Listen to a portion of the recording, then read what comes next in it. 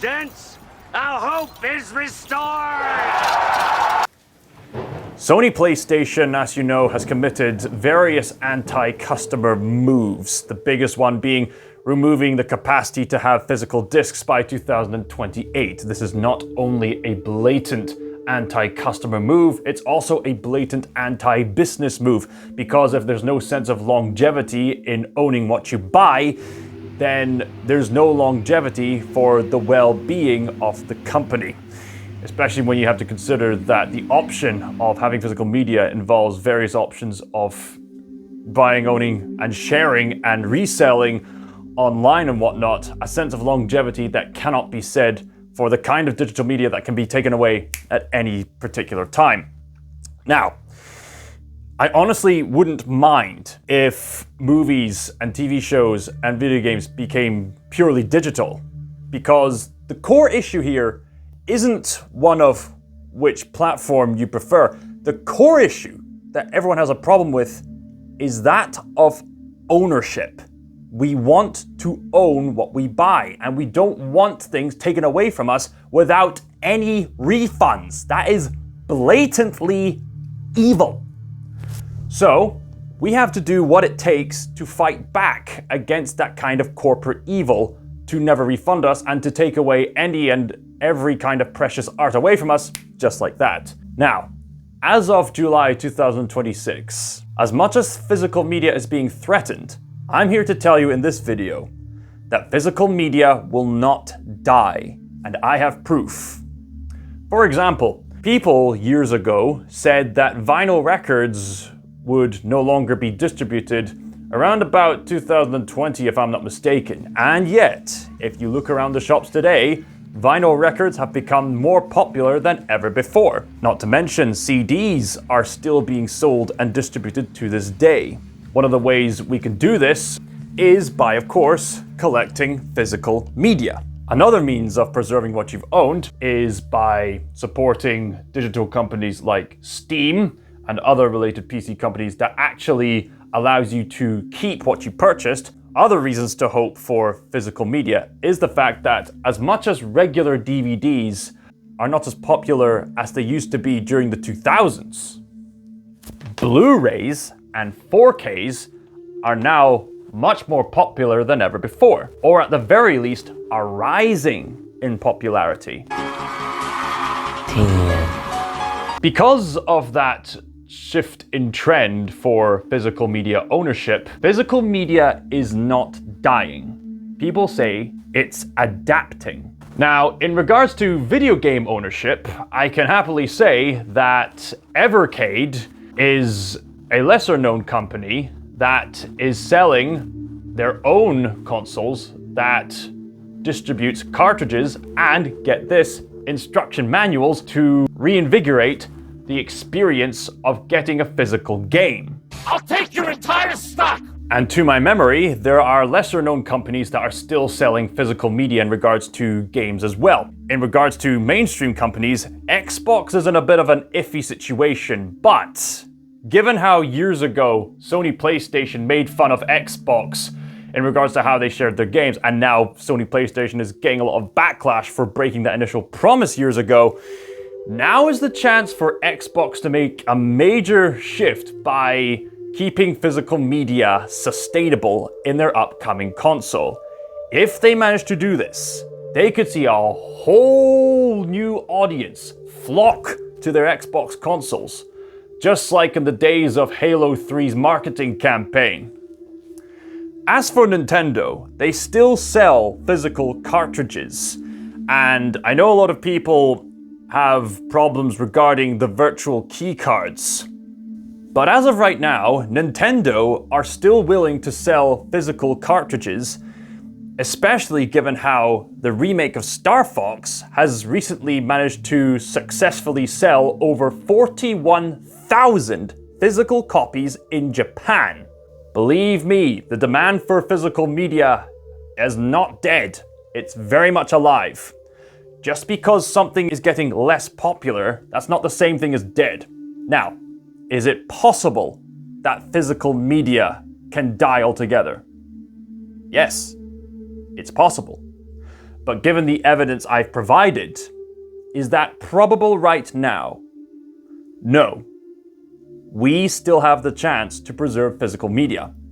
Now, something that initially caused me to have a bit of an existential crisis, but ultimately led me to have some hope for the future, is our mandatory necessity to archive the art and virtuous things of the past. Now, we know that physical things, including the software necessary to run streaming services and subscription services in the first place, mind you, are prone to decay.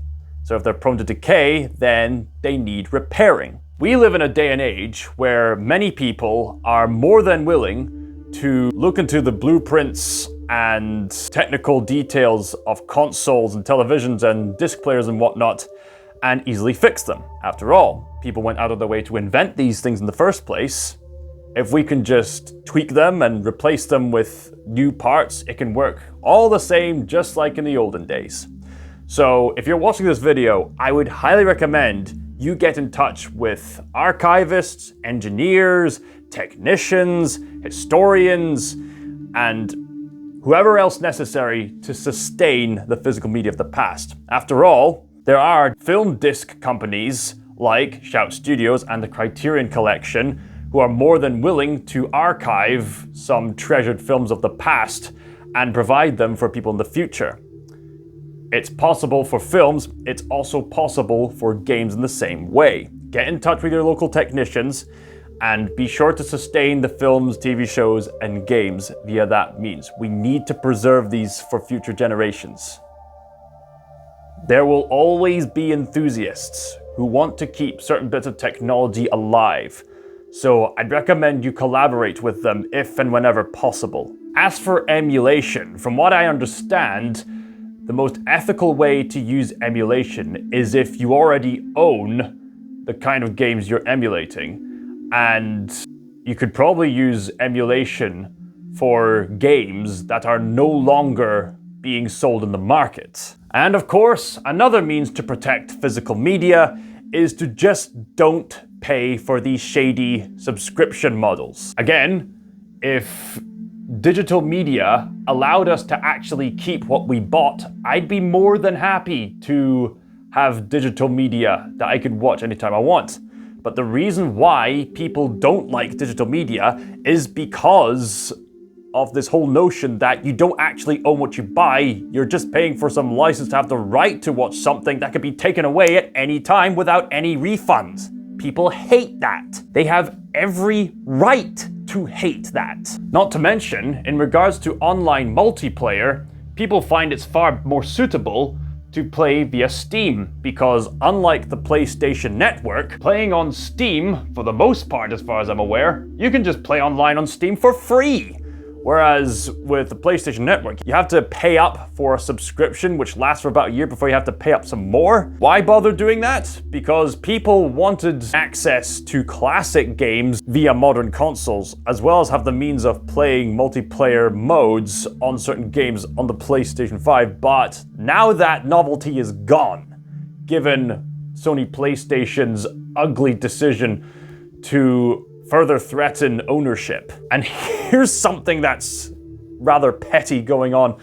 Sony PlayStation are offering 50% coupons for people to join the PlayStation Plus service, to join the PlayStation Plus network service, even after there's been a mass exodus of PlayStation Plus usage. Sony PlayStation are getting desperate. Not to mention, from what I've heard, people are also canceling their pre-orders of Grand Theft Auto 6, a game that has been really hyped up, even though the physical copies are only going to contain the code in the box. Thus, there's no sense of ownership in that at all. And I just want to ask an honest question before I end this video.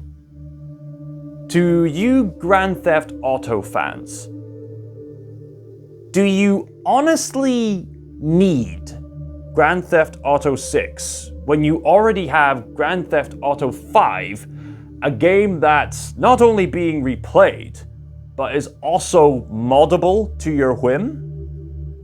Do you honestly need Grand Theft Auto 6? I honestly don't think you do. That's the same question I would ask for the Call of Duty and FIFA franchises. Now, whenever you type up several things pertaining to this current topic, you're going to see YouTubers say, this is the end of physical media. They have the right to make those kind of emphatic statements to alert people to preserve what they own and to gather collection of things that corporate organizations cannot take away, as well as to rouse people up to fight back against the blatant corporate evil. These people have every right to do that, but don't confuse that with physical media being dead right now. The evidence right now suggests that physical media is not dead, it's simply shifting in dynamics. If we were to analyze physical media right now, in the realistically worst case scenario, physical media would simply become a niche interest. It wouldn't become extinct. As long as people remain enthusiastic and passionate about physical media, it can be preserved. People will find ways to preserve the discs. And by the time certain copyright rules are out of date, I'm sure people can find ways to copy, embed, and do whatever it takes to preserve the data on these discs that we treasure so dearly. The same goes for cartridges for specific games of the past. So thank you very much for watching this video in regards to how you can save physical media. Was there anything that I missed in regards to this topic? Let me know down in the comments down below. Now, I wouldn't be surprised if there's some comments that are gonna give some cynical takes, but look, don't shoot the messenger. I'm just here to give you some hopeful facts. In the meantime, Scott's Thinker signing out.